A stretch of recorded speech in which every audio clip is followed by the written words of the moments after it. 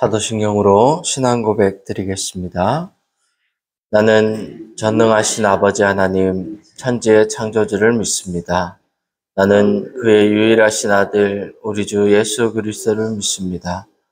그는 성령으로 잉태되어 동정녀 마리아에게서 나시고 본디오 빌라도에게 고난을 받아 십자가에 못 박혀 죽으시고 장사된 지 사흘 만에 죽은 자 가운데 다시 살아나셨으며 하늘에 오르시어 전능하신 아버지 하나님 우편에 앉아 계시다가 거기로부터 살아있는 자와 죽은 자를 심판하러 오십니다.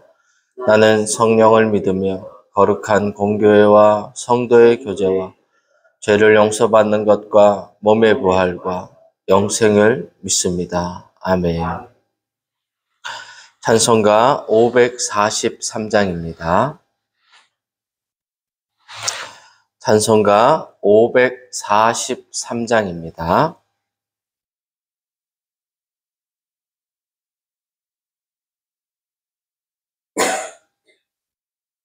어려운 일 당할 때 나의 믿음 적으나 의지하는 내 주를 더욱 의지합니다. 세월 지나갈수록 의지할 것뿐일세. 무슨 일을 당해도 예수 의지합니다. 성령께서 내 마음 밝히 비춰주시니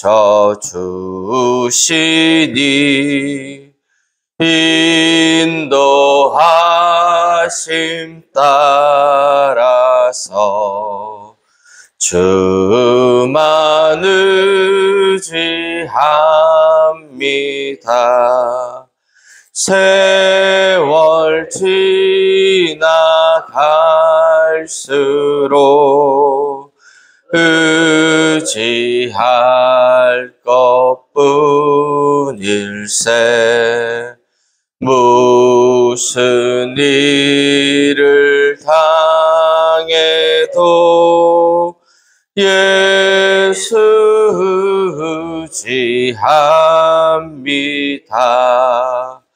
밝을 때의 노래와 어두울 때의 기도로 위태할 때 도움을 주께 간구합니다. 세월 지나갈수록 의지할 것뿐일세. 무슨 일을 당해도 예수 의지합니다. 생명 있을 동안에 예수 의지합니다. 천국 올라가도록 의지할 것뿐일세. 세월 지나갈수록 의지할 것뿐 뿐일세. 무슨 일을 당해도 예수 의지합니다. 아멘. 오늘 우리에게 주시는 하나님의 말씀은 출애굽기 6장 14절로 30절까지 말씀입니다. 출애굽기 6장 14절로 30절까지 말씀입니다. 네, 한 목소리로 함께 읽겠습니다. 그들의 조상을 따라 집의 어른은 이러하니라. 이스라엘의 장자 르우벤의 아들은 한옥과 발루와 헤스론과 갈미니, 이들은 르우벤의 족장이요. 시므온의 아들들은 여무엘과 야민과 오핫과 야긴과 소할과 가나안 여인의 아들 사울이나, 이들은 시므온의 가족이요. 레위의 아들들의 이름은 그들의 족보대로 이러하니 게르손과 고핫과 무라리요. 레위의 나이는 137세였으며 게르손의 아들들은 그들의 가족대로 림니와 시므이요. 고핫의 아들들은 아무란과 이스할과 헤브론과 우시엘이요. 고핫의 나이는 133세였으며 무라리의 아들들은 마흘리와 무시니, 이들은 그들의 족보대로 레위의 족장이요. 아므람은 그들의 아버지의 누이요. 요게벳을 아내로 맞이하였고 그는 아론과 모세를 낳았으며 아므람의 나이는 137세였으며 이스할의 아들들은 고라와 네벡과 시그리요. 우시엘의 아들들은 미시엘과 엘사반과 시드리요. 아론은 암미나답의 딸 나손의 누이 엘리세바를 아내로 맞이하였고 그는 나답과 아비우와 엘리아살과 이다마를 낳았으며 고라의 아들들은 아실과 엘가나와 아비아사비니, 이들은 고라 사람의 족장이요. 아론의 아들 엘르아살은 부디엘의 딸 중에서 아내를 맞이하였고 그는 비느하스를 낳았으며 이들은 레위 사람의 조상을 따라 가족의 어른들이라. 이스라엘 자손을 그들의 군대대로 애굽 땅에서 인도하라 하신 여호와의 명령을 받은 자는 이 아론과 모세요. 애굽 왕 바로에게 이스라엘 자손을 애굽에서 내보내라 말하니도 이 모세와 아론이었더라. 여호와께서 애굽 땅에서 모세에게 말씀하시던 날에 여호와께서 모세에게 말씀하여 이르시되 나는 여호와라. 내가 내게 이르는 바를 너는 애굽 왕 바로에게 다 말하라. 모세가 여호와 앞에서 아뢰되 나는 입이 둔한 자이오니 바로가 어찌 나의 말을 들으리이까. 아멘. 오늘 본문을 보면 족보가 나옵니다. 역사는 족보를 따라 흘러갑니다. 성경은 특별히 구속의 역사를 설명하고 있습니다. 하나님의 역사 속에서 큰 흐름의 변화가 있을 때 족보가 등장합니다. 이 족보를 보면 그 큰 흐름의 발원지를 알 수 있습니다. 우리 역시 홀로 존재하지 않았습니다. 다 부모가 있는 사람들이고 그 부모의 근원을 거슬러 올라가다 보면 우리는 어떤 출발점을 만나게 됩니다. 따라서 족보는 생각보다 중요한 기록인 것이지요. 14절입니다. 그들의 조상을 따라 집의 어른은 이러하니라. 이스라엘의 장자 르우벤의 아들은 한옥과 발루와 헤스론과 갈미니, 이들은 르우벤의 족장이요. 시므온의 아들들은 여무엘과 야민과 오핫과 야긴과 소할과 가나안 여인의 아들 사울이니, 이들은 시므온의 가족이요. 레위의 아들들의 이름은 그들의 족보대로 이러하니 게르손과 고핫과 무라리요. 레위의 나이는 137세였으며 게르손의 아들들은 그들의 가족대로 림니와 시므이요 고핫의 아들들은 아므람과 이스할과 헤스본과 우시엘이요 고핫의 나이는 133세였으며 무라리의 아들들은 마흘리와 무시니 이들은 그들의 족보대로 레위의 족장이요. 아멘. 오늘 본문을 보다 보면 조금 이상한 점을 발견하게 됩니다. 왜냐하면 야곱의 12아들에서 루벤은 장자권을 박탈당한 사람이지요. 근데 오늘 보니까 이스라엘의 장자라고 기록되어 있고 나이 순으로 기록되어 있습니다. 루벤과 시므온은 한 줄씩만 기록되어 있는데 레위는 10줄이나 기록되어 있습니다. 성경은 어떤 의도적인 성격을 부각시키기 위해서 지면의 길이를 할례한다는 것을 우리는 알고 있습니다. 따라서 이 족보를 기록한 목적은 이스라엘 12지파 중에서도 레위 지파에 비중을 두고 있음을 우리는 알 수 있는 거죠. 레위 지파가 부각이 되는 이유는 출애굽의 역사를 인도해 가는 모세와 아론이 바로 이 레위 지파에서 태어났기 때문입니다. 족보가 아주 상세하게 기록되어 있습니다. 3명의 나이까지 기록되어 있고 여인의 출산까지도 기록되어 있습니다.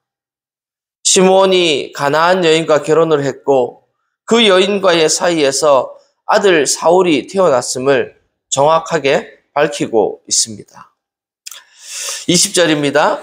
아므람은 그들의 아버지의 누이 요게벳을 아내로 맞이하였고 그는 아론과 모세를 낳았으며 아므람의 나이는 137세였으며 이스할의 아들들은 고라와 네벡과 시그리요 우시엘의 아들들은 미사엘과 엘사반과 시드리요.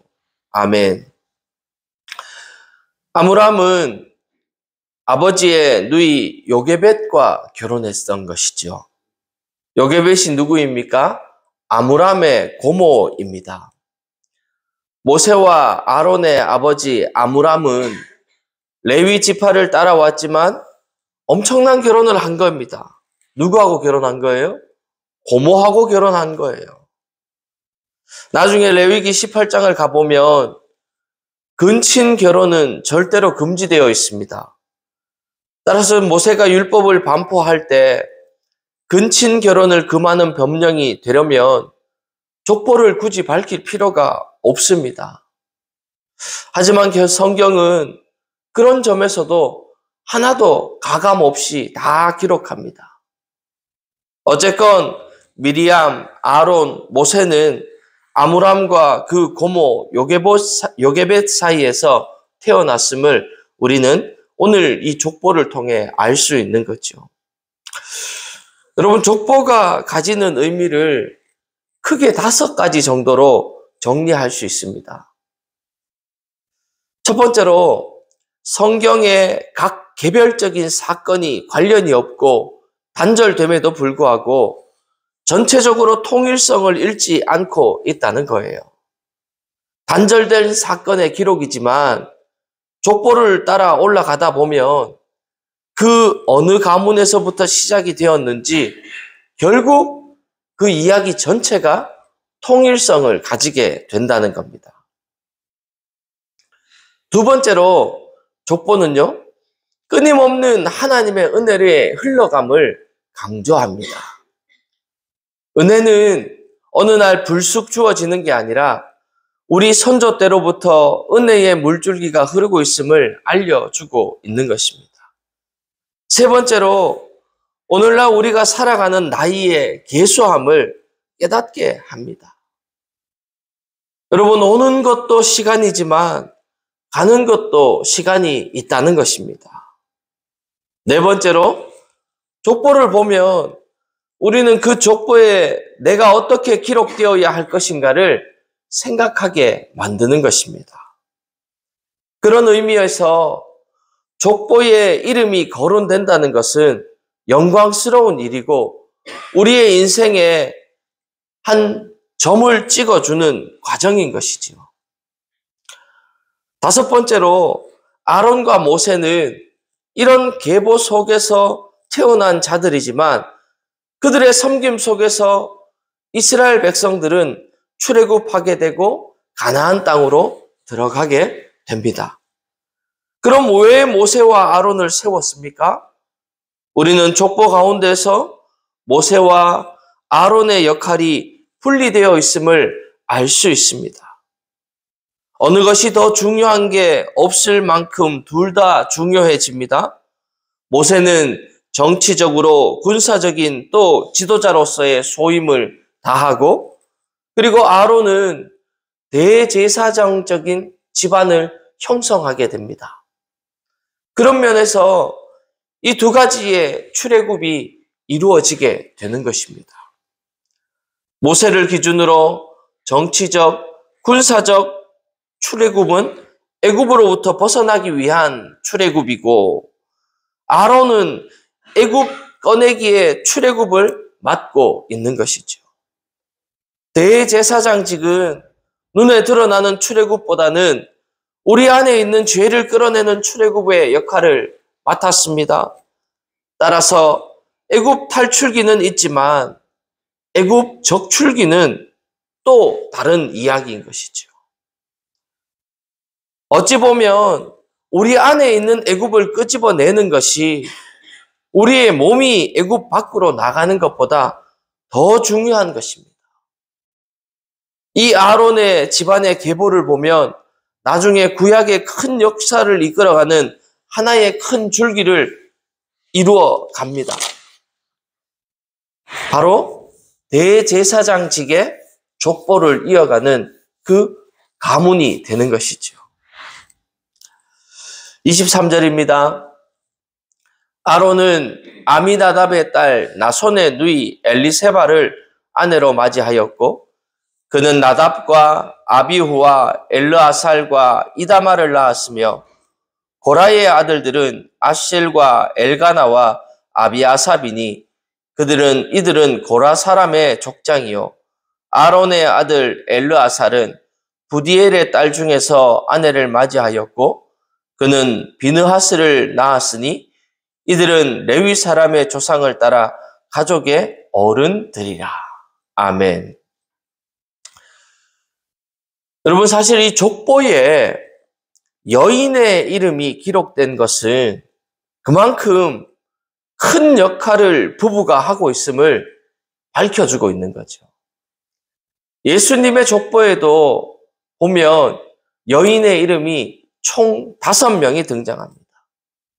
그런데 그 여인들마다 큰 역할을 감당했을 때에 그 여인들의 이름이 등장함을 우리는 볼 수 있습니다. 족보는 모든 여인들의 이름을 기록하지 않는다는 거예요. 말 그대로 비중이 있는 역할을 한 아내는 족보에 이름이 기록됩니다. 남편과 아내가 함께 하나님의 족보에 기록되는 특권이 우리 복량제일교회 모든 성도들에게 있게 되기를 주님의 이름으로 축복합니다.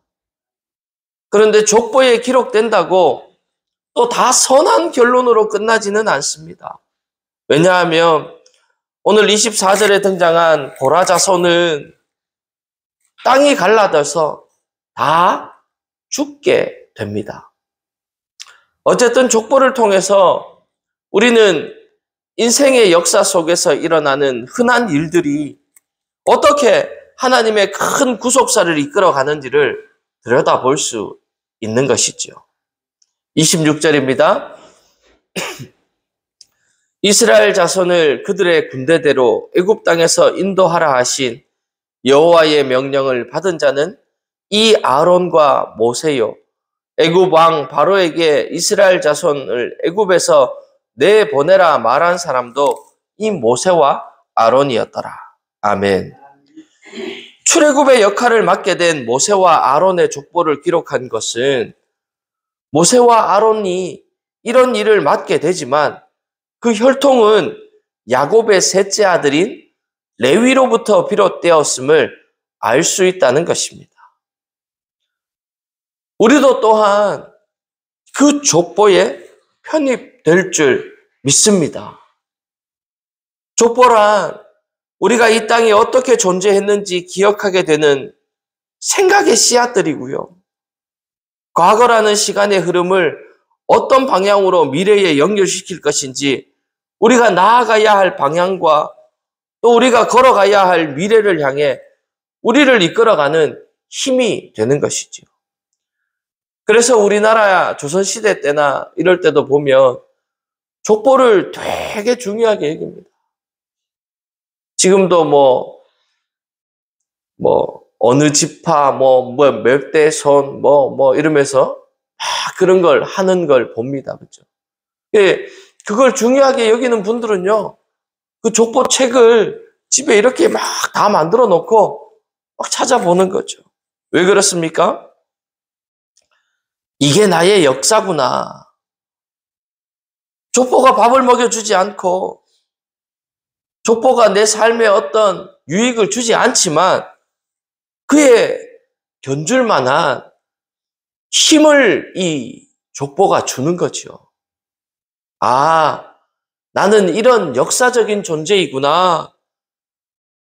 이런 역사적인 존재인 내가 앞으로는 이렇게 살아가야겠구나. 이런 생각을 가지게 해주는 것입니다. 성경적 족보가 오늘 이 시대를 살아가는 우리에게 직접적인 족보는 아니지만 우리 믿음의 선조들의 족보를 통해서 우리의 행동과 생각과 또 우리가 선택하는 결정에 씨앗이 됨을 깨달으시는 이 아침이 되기를 주님의 이름으로 축복합니다.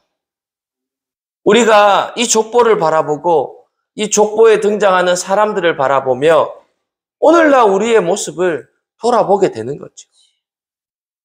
우리는 어떻게 살아야 할지, 우리는 왜 이렇게 되었는지, 또 우리는 앞으로 어떻게 걸어가야 할지 이런 것들을 말입니다. 28절입니다. 여호와께서 애굽 땅에서 모세에게 말씀하시던 날에 여호와께서 모세에게 말씀하여 이르시되 나는 여호와라 내가 내게 이르는 바를 너는 애굽 왕 바로에게 다 말하라. 모세가 여호와 앞에서 아뢰되 나는 입이 둔한 자이오니 바로가 어찌 나의 말을 들으리까. 아멘. 자꾸 모세가 입이 둔한 자라고 하나님 앞에 투정하고 있는 것 같아요. 그럼에도 불구하고 족보를 통해서 모세가 믿음의 족보를 이어갈 사람이라는 것을 또 가나안 땅으로 이스라엘 백성을 인도해 갈 때 어떻게 하나님과 동행하며 한 걸음 한 걸음 걸어가고 또 하나님 안에서 믿음의 씨름을 하면서 갈 것인지를 엿볼 수 있는 그런 구절인 것입니다. 하나님은 그럴 때마다 이렇게 말씀하십니다. 나는 스스로 있는 자이니 여호와이니라. 그렇게 계속 말씀하시면서 하나님을 더욱 알게 하시고 우리가 우리 자신을 의지하고는 이 일을 절대 감당할 수 없다는 것을 알게 하시는 것이죠. 여러분, 우리의 삶도 마찬가지입니다. 우리가 이 땅을 살아가다 보면 힘들고 어려운 일이 우리에게 늘 닥쳐옵니다.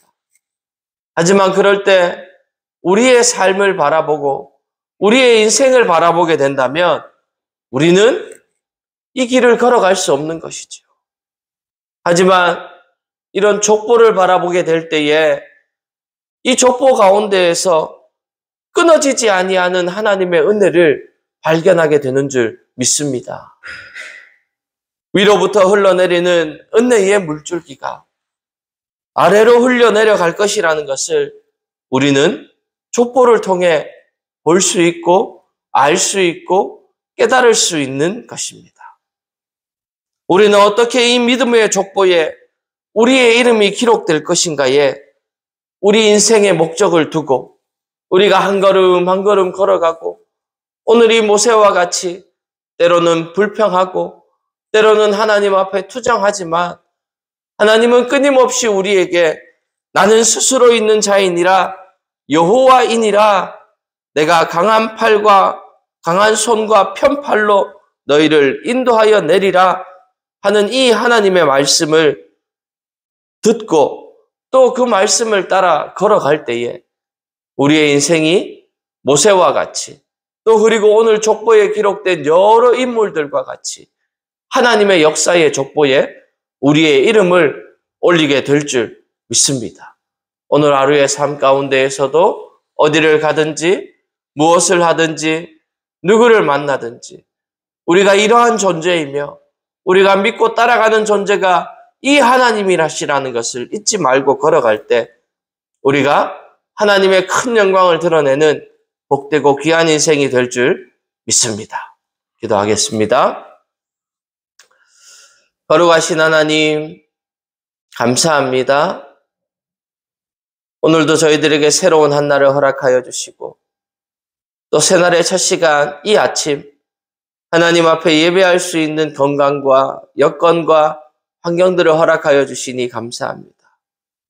오늘 특별히 모세와 아론의 족보를 살펴보며 또 그 족보가 가지는 의미는 무엇인지 이 족보가 오늘날은 살아가는 우리에게는 어떠한 의미가 있는지를 묵상해 보았습니다. 하나님의 그 은혜의 역사에 늘 동참할 수 있는 사람들이 우리들 되게 하여 주옵소서. 특별히 우리의 육신이 출애굽하는 것도 너무 중요하지만